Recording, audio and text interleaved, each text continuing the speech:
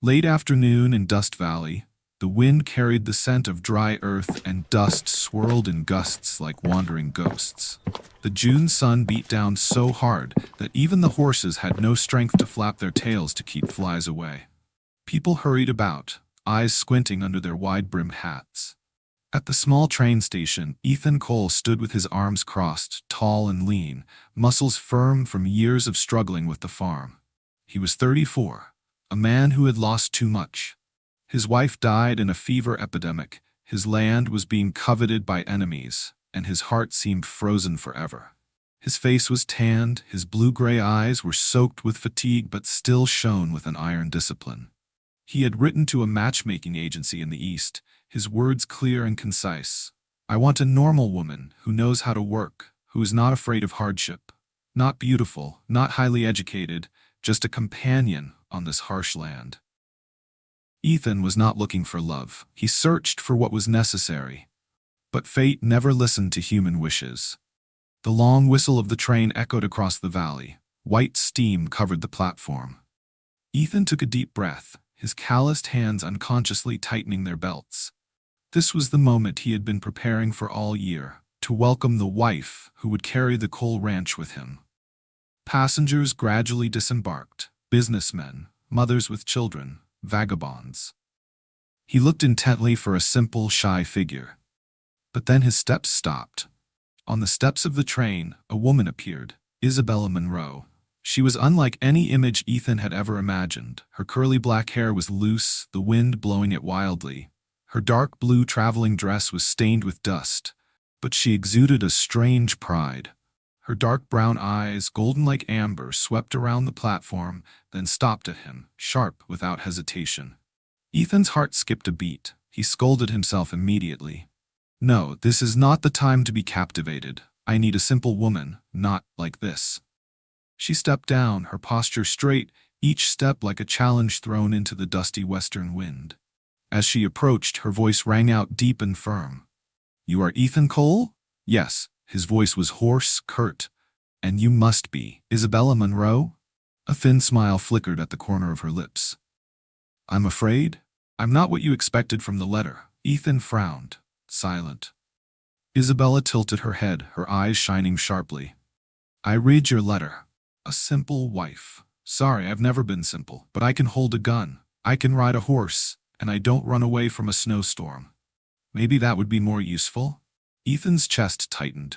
Reason told him to turn away, but something in that voice, the intensity, the pride, made him unable to. They were married quickly in the town office with just a few vows and a brass ring. No flowers, no drinks, just the sound of a pen in a book and the judge's cold handshake.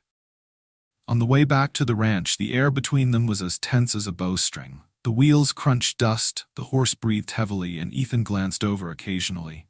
Isabella sat upright, her skirts flapping, her eyes fixed on the distance. "This scene," she said, her voice soft but clear. "Harsh but beautiful." "It won't be beautiful when winter comes," Ethan replied dryly. Snow up to the horse's chest, the wind cutting through the skin. Isabella turned to look at him, her eyes shining. "You think I came here for comfort? I came here to live, really live." Ethan was silent. The answer was like a knife to the emptiness inside him. For years, he had only existed, never lived. The first night at the ranch, the small wooden house stood alone in the middle of the prairie, the flickering oil lamp illuminating the cracks in the wall. Ethan set out a simple dinner, baked beans, cornbread, some dried meat. Isabella ate slowly, her delicate hands lifting the spoon, her eyes sometimes curiously observing the house, sometimes unconsciously stopping at him. Ethan felt himself being seen through, as if she were looking straight into the unhealed wounds in his heart. As the night grew late, the howling wind crept in through the cracks in the door. Isabella stood up. "I know my duty as a wife, but—" She paused, took a deep breath. "I want us to have time to understand each other." Ethan looked straight at her, his blue-gray eyes tormented, but also sparkling with a light that had never been there since his wife died. He nodded, his voice hoarse. "Yes, we will have time." She smiled softly, stepping into the room. Ethan spread the blanket under the fireplace, but did not sleep all night. Only the image of that look and smile replayed in his mind. The following days, life was a mixture of challenges and surprises. Isabella was not as weak as he had feared. She rolled up her sleeves to garden, practiced horse riding, and even shot a gun with him. One afternoon, when Ethan held her hand to adjust the aim, the warmth from her palm spread throughout her arm, making both of them stop. At that moment, the distance between marriage contract and love was only like a thin thread. Ethan awkwardly let go of her hand, but Isabella did not pull back. She smiled slightly, her voice almost whispering, "I told you, I am not simple, but maybe I can surprise you." The red sunset reflected in her eyes, making Ethan's heart pound. He knew clearly, from that moment on, his life would never be the same again. Dawn in Dust Valley didn't rise, it rose slowly, like a man draining his last whiskey before he stood up. Silver mist settled on the lawn, smoky and chilly. Ethan left the house, hearing the window open slightly. Isabella leaned her elbows on the sill, her black hair loose with the breath of the night, her amber eyes still vaguely warm. He was about to say something like, "Today we'll take the horses to the eastern fields," but the words caught in his throat when he saw a fingernail-thin streak of soot on the windowsill. Ethan crouched down. The soot trail stretched from the kitchen window to the stable. "Someone was lurking around the house last night," he whispered. Isabella came right beside him, not a breath coming from her. She followed the trail like a lynx following a scent. The soot trail broke at the fence, turning into a hoofprint half-stamped in the dry earth, a distinctive crooked hoofing pattern. Ethan recognized it at once. Marcus Blackwood's men. The news of Ethan Cole's letter marriage had spread like a gale through the town. People were talking. A widower, cold as iron, now taking a picture-perfect Oriental girl into his home. No one believed the marriage would last. And with the Blackwood gang lurking, the gossip had even more cause for gossip. That afternoon, Pastor Abel stopped by the ranch, accompanied by Sheriff Carver. They both stood on the porch, their shoulders covered in red dust. "Ethan," the pastor said, "you know what the townspeople say. Getting married in the office is legal, but people need a proper wedding in the church." Carver added, his voice not threatening but not soft, "Last night there was a temporary camp along the riverbank. Blackwood had pitched a tent close to the boundary. If there's trouble, I want the community behind you. A proper wedding will help them feel like you're a man of the town, not a taciturn shut-in who's taking it upon himself." Ethan glanced at Isabella. Her eyes were strangely calm, then she nodded slightly. "Okay," she replied instead. "We will do it. Today." Ethan was stunned, but did not object. He understood. This was a forced wedding in another sense, not forcing them to love each other, but forcing them to belong to the community, to be less lonely in the coming feud. The church was small, whitewashed walls, gray-tiled roof. The bells rang, the ringing sound as thin as a thread sewing the town's wound. More people came than Ethan expected. The blacksmith, the innkeeper, the Baxter boy in his oversized hat. Everyone was curious. Isabella wore a simple chicken-colored dress, a leather belt. Her hair was unadorned, only a scratched silver pin. She had not softened to fit the town's mold. She was still her, the smell of horsehide, the faint smell of sweat, and her gaze refused to be lowered. When the pastor asked, "Do you agree?" Isabella looked straight at Ethan, her voice clear. "I agree. But on one condition, no lies between us." The two words "lie" fell to the wooden floor like small stones but awakened many eyes.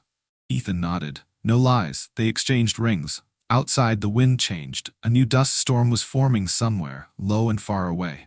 The wedding ceremony ended. People gradually dispersed. Isabella stood behind the church, her hand touching her silver hairpin as if thinking about something. Ethan approached. "Your condition," he began. "I keep." "No lies. What about you?"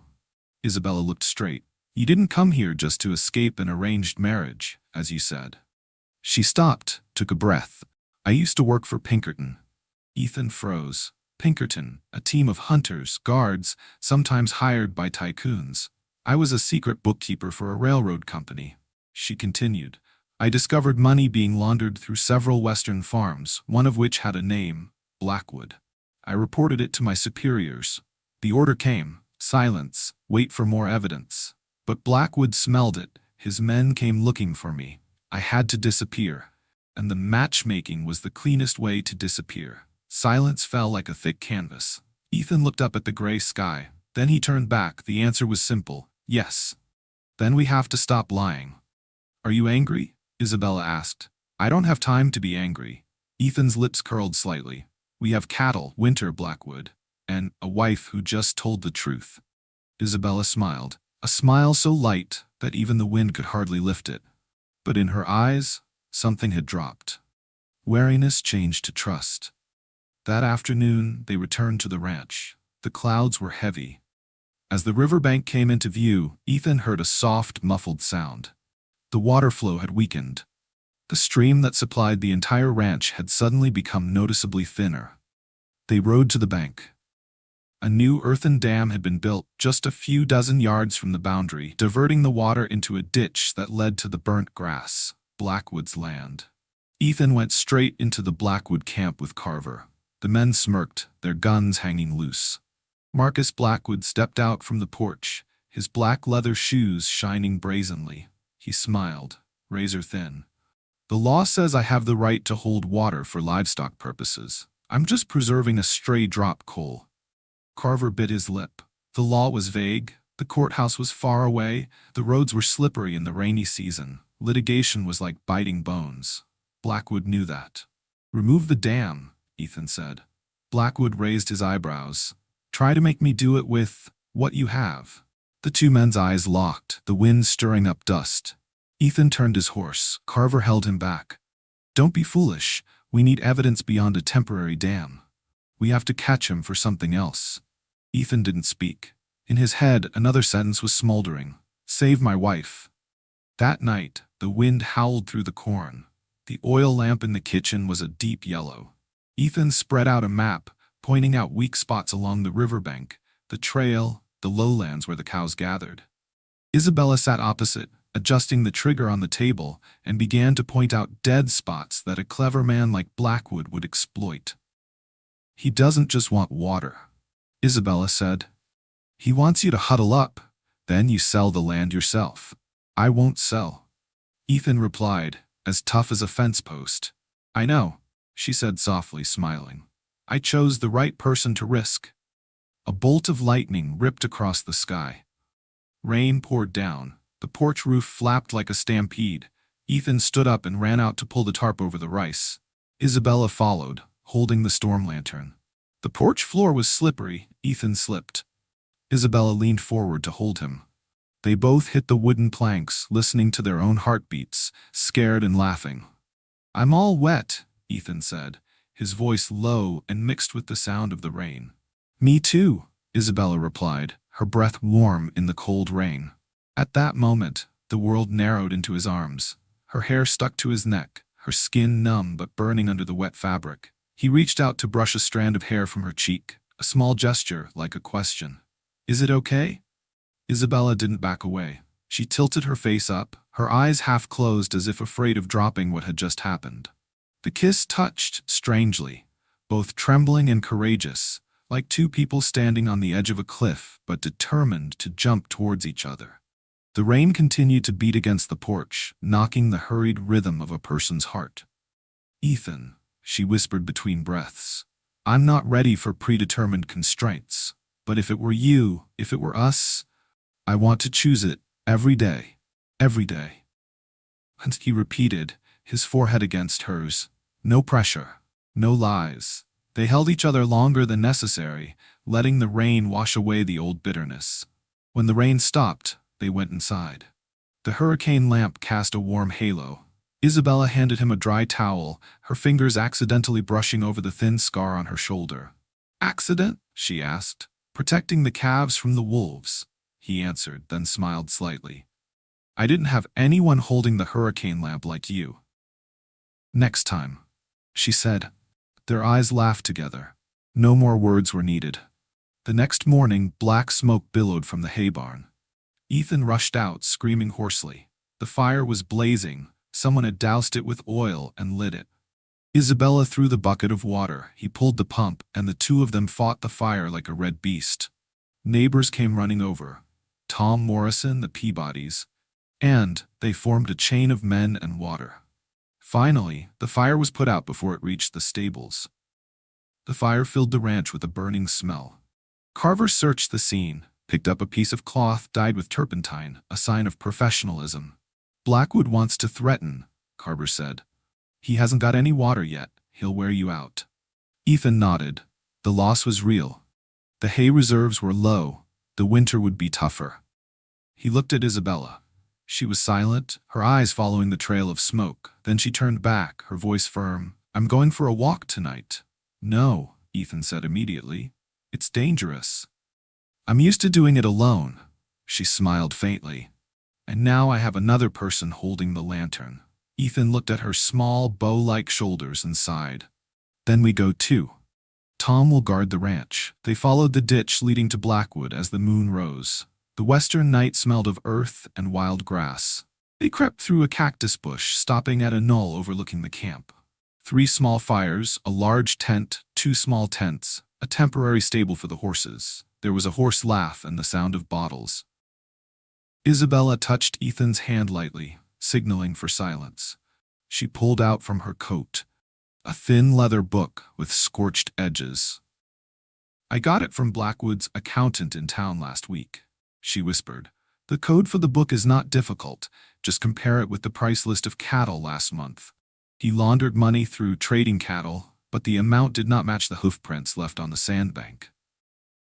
"Tonight, I want more evidence." The iron seal on his cow's thigh. "Fake." Ethan frowned.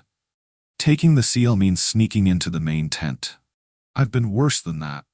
Isabella grinned, half joking. "Besides, I need a distraction." "You," Ethan said. They were silent, listening to their hearts beat in unison with the insects. Then Ethan left the mound, walked around the opposite side, deliberately making a rabbit run, rocks rolling, branches breaking.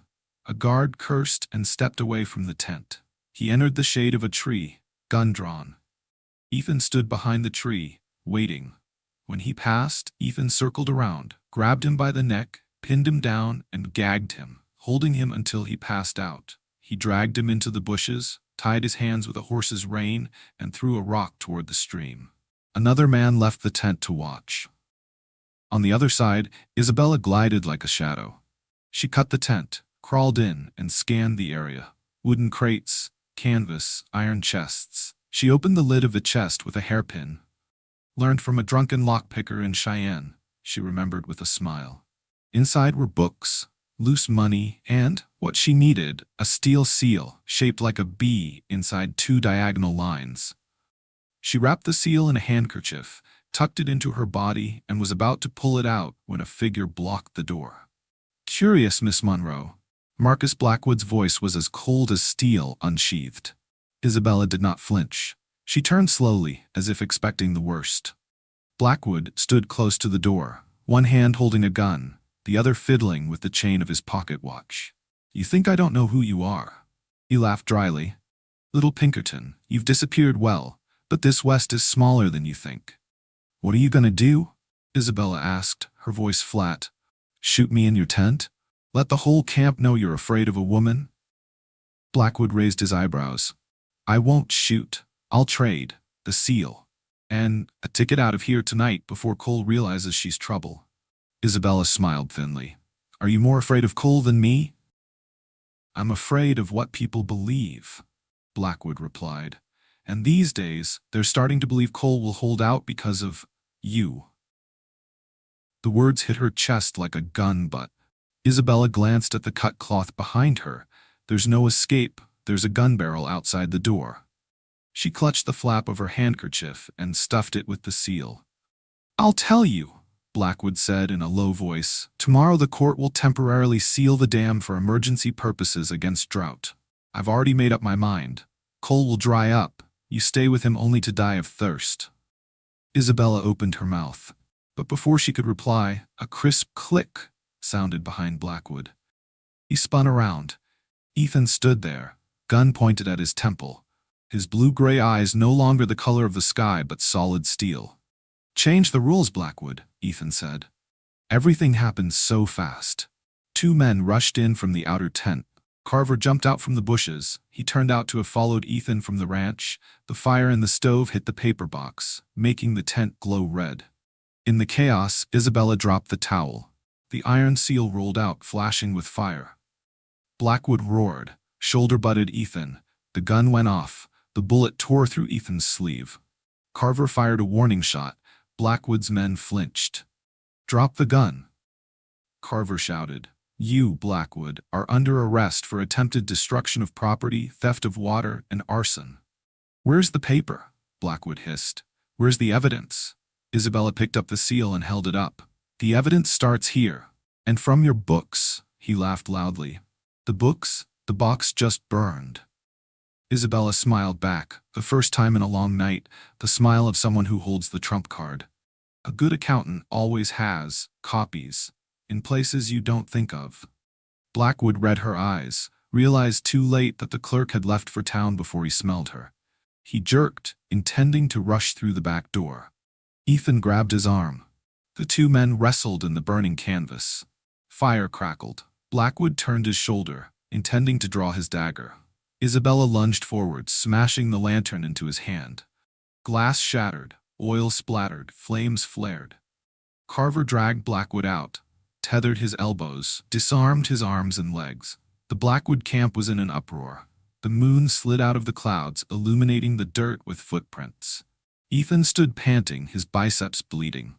Isabella knelt beside him, tearing at the hem of her makeshift shirt, her hands shaking not with fear but with the anger she had suppressed for days, melting like ice. "Does it hurt?" she asked. "I'm here," Ethan answered hoarsely. "Much less." The answer was so simple that Isabella laughed, then fell silent, her eyes shining. She leaned her forehead against his shoulder, letting the smell of the fire in her hair mingle with the smell of sweat and sun on his shirt. Around her, Carver read out the arrest warrant, the iron handcuffs clanking, and they, in the center of it all, had a very private silence. The news of Blackwood's arrest was like a storm, but storms in the West are not just one time. The next morning, Pastor Abel rushed to the ranch. "The court has not yet decided. Last night a group of strangers broke into the jail, knocked out the guard, and robbed Blackwood. They ran towards Red Rock Canyon." Carver was embarrassed, angry with himself. Ethan listened, looked at Isabella. She did not show surprise. She knew the rich guys never lack friends kind of way. "Red Rock Canyon," she said. "There is a trail west that leads to the high cliff. If they want to escape the county before dark, they will have to go through it. And they will need a guide who knows the terrain. The night guard he tied up yesterday." Carver nodded. "Has he confessed?" "He doesn't have to tell." Isabella pointed to the dried mud on Carver's boots. The red mud with a micaceous sheen only found in Red Rock Canyon. "Sheriff, you went through there this morning to scout and came back for more horses." Carver blushed but didn't argue. "Let's go," he said. "I'll go." Isabella interrupted. "No." Ethan responded, then looked deep into her eyes and lowered his voice. "Yes, let's go, together." She nodded. "No more." It was noon. The wind was hot as a hot knife. The road up Red Rock Canyon was narrow as a bottleneck. The walls were jagged. They hid the horses in the juniper bushes, following the low rise. From here, looking down was like looking into the barrel of a gun. At the bottom of the canyon, 4 figures were hurrying. One of them was Blackwood, his tie untied, his hair disheveled, but his eyes still as sharp as a wolf's. "They'll camp in the wind hole," Isabella said softly, "where there's a little spring. Once through the wind hole, we'll be at the edge of the county." "We'll block it first," Ethan suggested. Carver shook his head. "One way in, one way out. If we hit the mouth of the hole, we'll be a living target. We need to pull them out into the open." Isabella looked around, her eyes narrowing. Then she pointed to the top of the north wall, a large, bare rock on a wind-worn platform. "If the rock falls," she said, "they'll have to move away." "You just want to collapse the whole ravine?" Carver breathed. "No." She shook her head. "Just threat." She pursed her lips. "I need someone to go down near the wind hole and throw a flare when they hit the water. That signal will make the horses jump and also let Blackwood know that there's no way out. Carver looked at Ethan. Ethan looked at Isabella. Then Ethan nodded, very slowly. You go down. Isabella put her hand on his chest, a light touch but a firm hold. Careful. If anything, she hesitated, unable to find the right word, then come back. We have many days to live. Every day, he reminded. Isabella bent down, just in time to plant a quick kiss on his lips, a touch that tied a red thread between them before each had to step into their own risky zone. Ethan slid down the sand slope. Carver stayed with Isabella on the ledge. They both lay flat on the ground, waiting. The hot wind dried their lips. Below, the Blackwoods had reached the wind hollow. One bent down to scoop water, the other tied his horse. Blackwood sat down, craning his neck to look at the painful blue sky.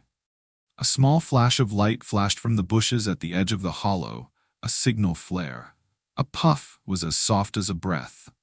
Ethan had done his part.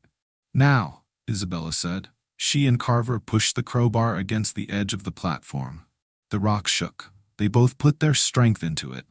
The boulder fell off the pedestal, rolling down with a thunderous crash, but stopped a few feet before the wind hole, not crushing anyone, just as Isabella had predicted. Below, horses were frightened, people were in a panic. Blackwood cursed, pulled out his gun, and fired randomly in the direction of the noise. Carver fired a warning shot. Isabella lowered the barrel, aimed at the guide.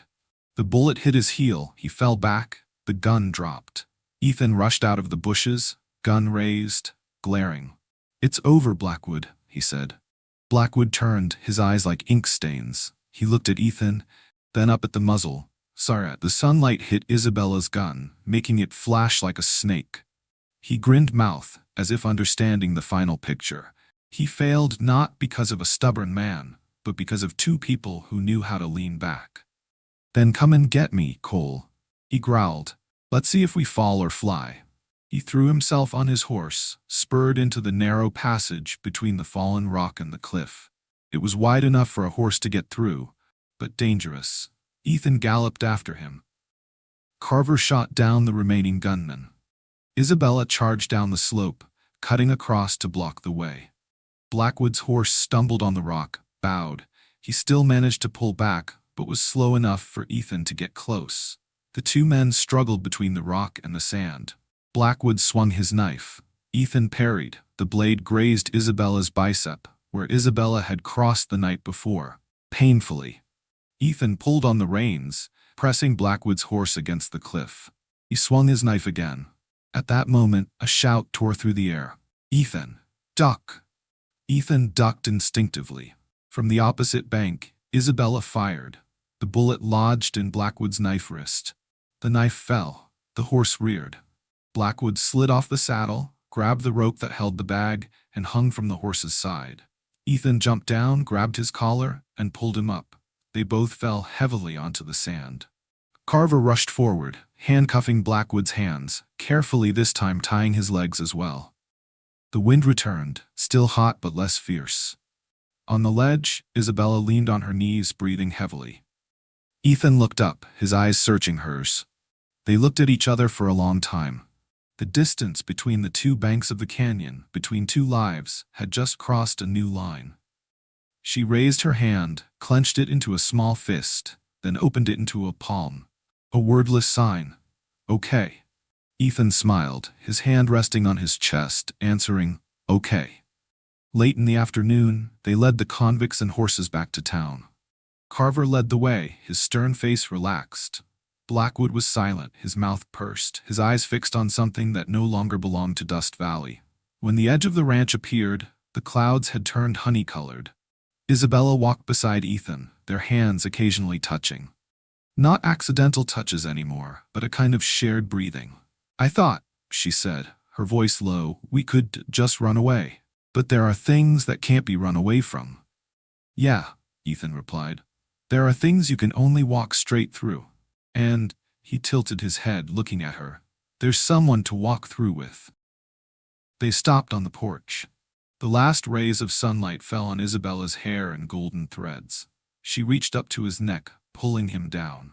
The kiss was no longer as hasty as on a rainy night, It was deep and ripe like a pear in the late summer sun, warm enough to ward off the cold, gentle enough to last. Ethan squeezed her waist gently, not asking for more, but the promise was in the way he didn't let go. "We have the right to try," she whispered, "to try our own way of life. Not to escape, not to force. Because we want to. Because we want to," he repeated.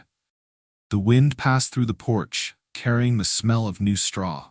On the riverbank, the water had been drained back to its old course.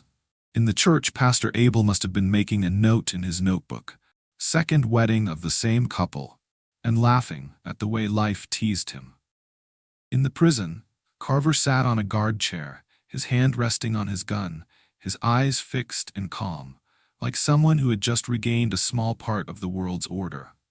Ethan and Isabella stood side by side without needing to speak.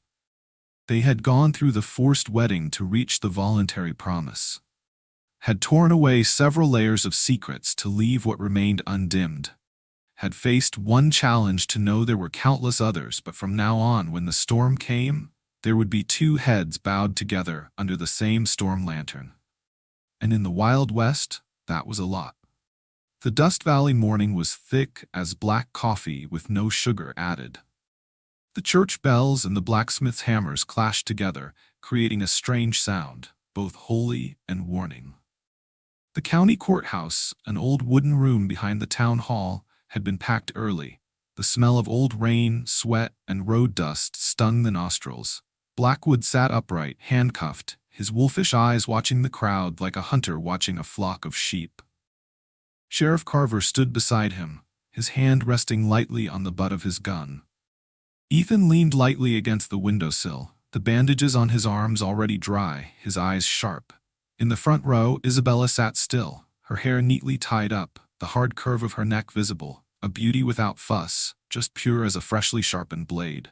Pastor Abel whispered, "Today is not just a trial of a cow thief, Ethan. Today we are going to judge fear." Judge Hale banged his gavel. His voice was hoarse. "Begin." The district attorney presented arson, illegal damming, cattle theft, forged seals. The witnesses took their stand. Tom Morrison described the night of the fire. Mrs. Peabody described the lurking strangers. Carver described Blackwood's capture at Red Rock Canyon. Each statement was like a rope, tightening around the defendant's neck. It was Isabella's turn. The room was buzzing. The woman in the employ of Pinkerton, the rumor had spread through the town, stepped to the stand like a straight arrow. "Name? Occupation?" asked the district attorney. "Isabella Monroe. I was a hired bookkeeper," she replied, her voice low but clear. "Do you have proof?" Isabella produced the iron seal from Blackwood's shack, and a copy of the book she had sent to the town telegraph office for safekeeping the night Blackwood was captured. A murmur arose. She explained that the cattle sales money did not match the hoofprints left on the western bank of the creek, pointed out the dates that coincided with the time when the small ranches around Dust Valley had lost cows. "Why are you so sure this seal is fake?" Blackwood's lawyer jumped up. "Because Blackwood used B and X," Isabella replied, pointing at the seal. "But last year's census in the neighboring county, according to the tax records, his registration seal was B and V. He changed the seal without reporting it. That's illegal." "Oh," escaped Blackwood's half-smile, like a broken-toothed animal still trying to roar. "It's all just talk." The back door swung open. A man in a dark blue vest, wearing gold-rimmed glasses, his appearance as smooth as a windless lake, entered. He sat straight in the guest of honor seat, nodding to Judge Hale like an old acquaintance. Carver glanced over, his face dark. Ethan tilted his head. "Who is it?" "Silas Kincaid," Carver replied softly. "Banker and representative of the K and Western Railroad, bag holder for half the state, and benefactor of several campaigns." Isabella did not look down, but her shoulders stiffened. The name was familiar. Now it was the defense. Blackwood's lawyer stood up, smiling faintly. "Your Honor, this woman, Miss Monroe, claims to be a Pinkerton employee. So where is the confirmation? She quit her job, took evidence without permission. Is such a witness trustworthy?" I looked straight at her. "I left my job because he, Blackwood, came to my boarding house before the warrant was signed." In the West, when the bullet goes before the seal, I choose life. You took the documents out of the office, the lawyer snapped. Without permission? This is stolen evidence. Isabella curled her lips. I copied, not stole. The original is in the Eastern Pinkerton office. The court can telegraph confirmation. The lawyer chuckled softly, turning to the judge. Your Honor, who are we going to telegraph? And who will pay the fee to bring back the answer today? This county is not that rich. More whispering. Silas Kincaid sat still, his hands clasped together, his eyes downcast as if he had tired of the too predictable game. But Isabella knew that a man like Kincaid only lowered his eyes when he was planning a longer move. The court adjourned for lunch. In the next room, Ethan, Carver, and Isabella stood around the scratched drawing table. The prosecutor shook his head. Without Pinkerton's confirmation, the court will cling to the story of illegally copied evidence. Even if we have water, seals, and witnesses. Hale was cautious. He needed paper. Carver flicked the small bullet in his hand, hissing through his teeth. And Kincaid is sitting in the courtroom as if it were his living room. There's another way, Isabella said. We need someone from Blackwood to turn the tables. Someone who knows where the money is going. The door opened. A face the three of them didn't expect entered. Edgar Malloy, the bookkeeper at Kincaid's bank, the guy who counted the compensation when Kay and Western pushed the railroad through farmers' land. I want to talk, Malloy whispered, not daring to look. Someone came to my house last night. They said if I don't shut up, my wife will stumble on the market. I don't want to die because of the rich guys. I'll testify, but I want to leave after the trial. Can I? Carver nodded. If Miss Monroe and Mr. Cole agree to take you to the county line tonight, I'll take care of the paperwork. Ethan looked at Isabella. She nodded slightly. They'd already chosen. Malloy swallowed, unfolding a crumpled stack of papers. My ledger. Money flowing from the Railroad Development Fund into Blackwood's shell company. The last signatory was Silas Kincaid. The air was thick. Only the scratching of pens on paper and the pounding of hearts could be heard. The courtroom was as hot as a stove in the afternoon. Malloy's hands trembled on the stand, but he read each word more clearly than the trembling. He described the chain of transfers, the date Kincaid signed, the date Blackwood withdrew the cash for emergency expenses, the same night the coal barn caught fire. The defense attorney sneered. The testimony of a cowardly accountant. A cowardly accountant. Malloy looked down the aisle. But he can count. And he knows the owner's signature. All eyes turned to Kincaid. He lifted his chin, his lips curling slightly like a gentleman who had spilled tea on his shoe. I paid Blackwood temporary water conservation money to avoid drought. That's charity. Isabella laughed, no longer holding back. Charity by burning down the hay barn? By forging seals? By robbing the defendant from jail? Kincaid looked at her, his eyes revealing for the first time a hint of undisguised curiosity. Girl, you think this West runs on morality? It runs on rails, and rails run on money. So let's try running on the law today, Ethan said, taking a step forward.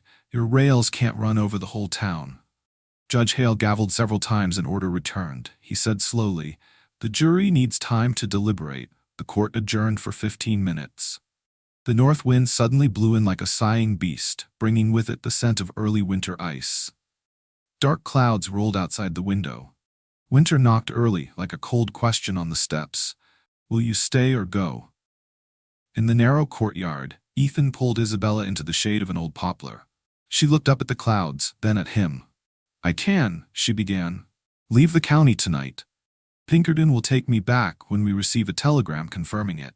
I'll be safe. Ethan slowly took off his glove and placed it in her hand. It's only natural for me to go. I understand, but if I stay, I'll have to face the blizzard and the storm of people. She chuckled, her fingers unconsciously brushing the loose thread at the cuff of his sleeve. I've been gone all my life, Ethan. Running from Philadelphia, from a signature, from a name. So tired. I want to stay somewhere. But staying still comes at the price of safety. I don't promise safety, Ethan said. I just promise to stand by. Isabella took a deep breath. I'll stay, she concluded. The silence between them was so full that even the passing wind had to avoid it. The jury returned. The sunburned faces were a single statue, cautious, tired, but solemn. Judge Hale took the paper, read it, then looked up. On the charge of destruction of property and theft of cattle, the jury finds guilty. On the charge of forgery of seals, guilty. On the charge of bribery and sabotage of water supplies, the court remands the case to the Superior Court. The defendant is detained pending his release. A roar of applause. Blackwood laughed wildly, not knowing who to laugh at. Carver tied him up, not letting the nighttime scenario repeat itself. Kincaid stood up, slowly brushed the dust off his lapel, then approached Isabella enough to hear, but not enough to be intimate. "You win one round, Miss Monroe," he said, his voice soft as velvet. "But next round the Superior Court will examine the papers. Pinkerton will ask why you brought the papers out. I have many friends there." Isabella smiled, a smile that made Ethan feel both proud and want to hug her away from any evil wind. "Then let's use papers," she replied. "I sent the evidence to the state court this morning by priority wire. Signed Isabella Monroe, witness under the protection of Sheriff Carver. My friend there is the law." For a split second, Kincaid's eyes darkened, the darkness of someone used to shielding with money suddenly seeing sunlight through his fingers. He tilted his head, politely, as if praising a good game of chess. "Then we'll see whose side the winter storm is on." He left the room, leaving cold sulfur behind a match that had just been blown out. Darkness was falling fast.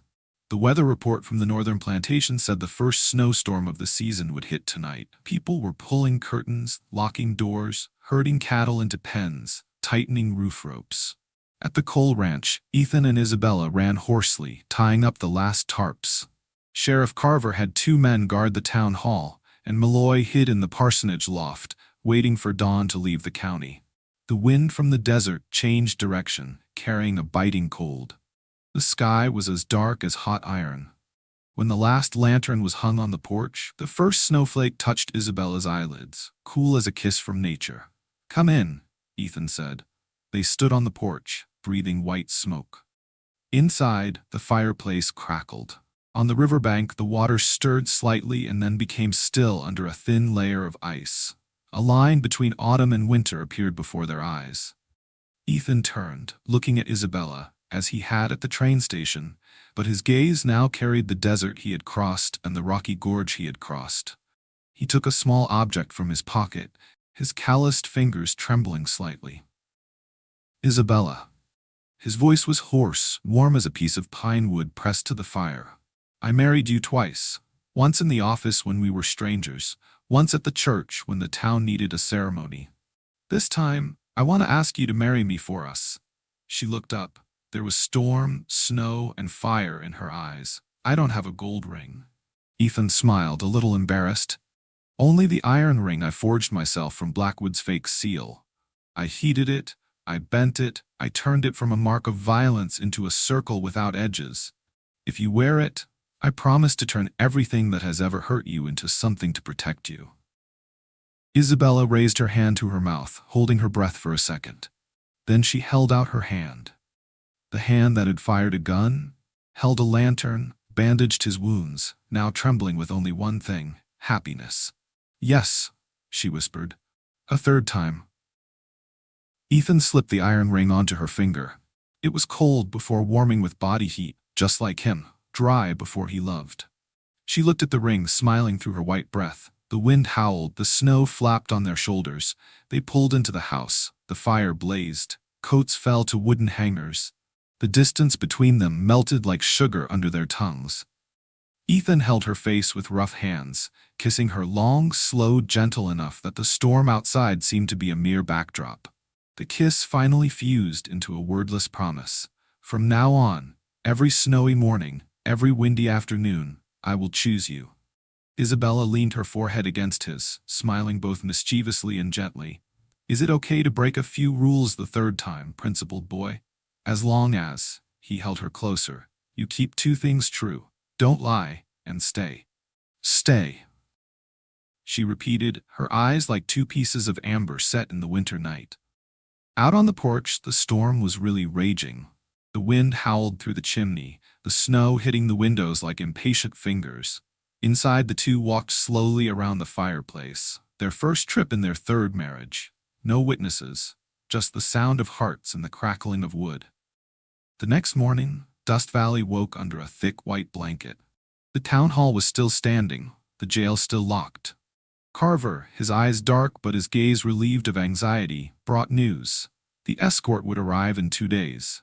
Malloy had left the county safely at dawn, wrapped in a thick blanket, in a sleigh pulled by the minister's 2 fastest horses. "Kincaid?" Ethan asked. "Gone like the smell of smoke," Carver replied. "But it lingers. The state court has telegraphed that the evidence has been received. We haven't won the war, but we have lost some of it."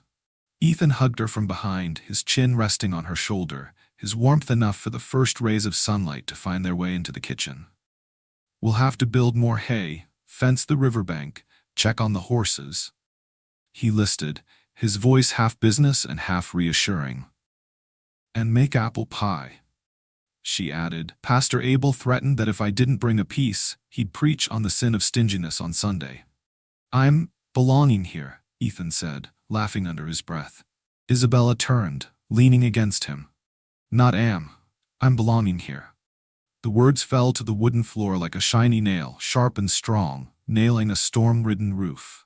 At noon, the storm subsided, the blue sky deepened, and Dust Valley revealed its austere beauty.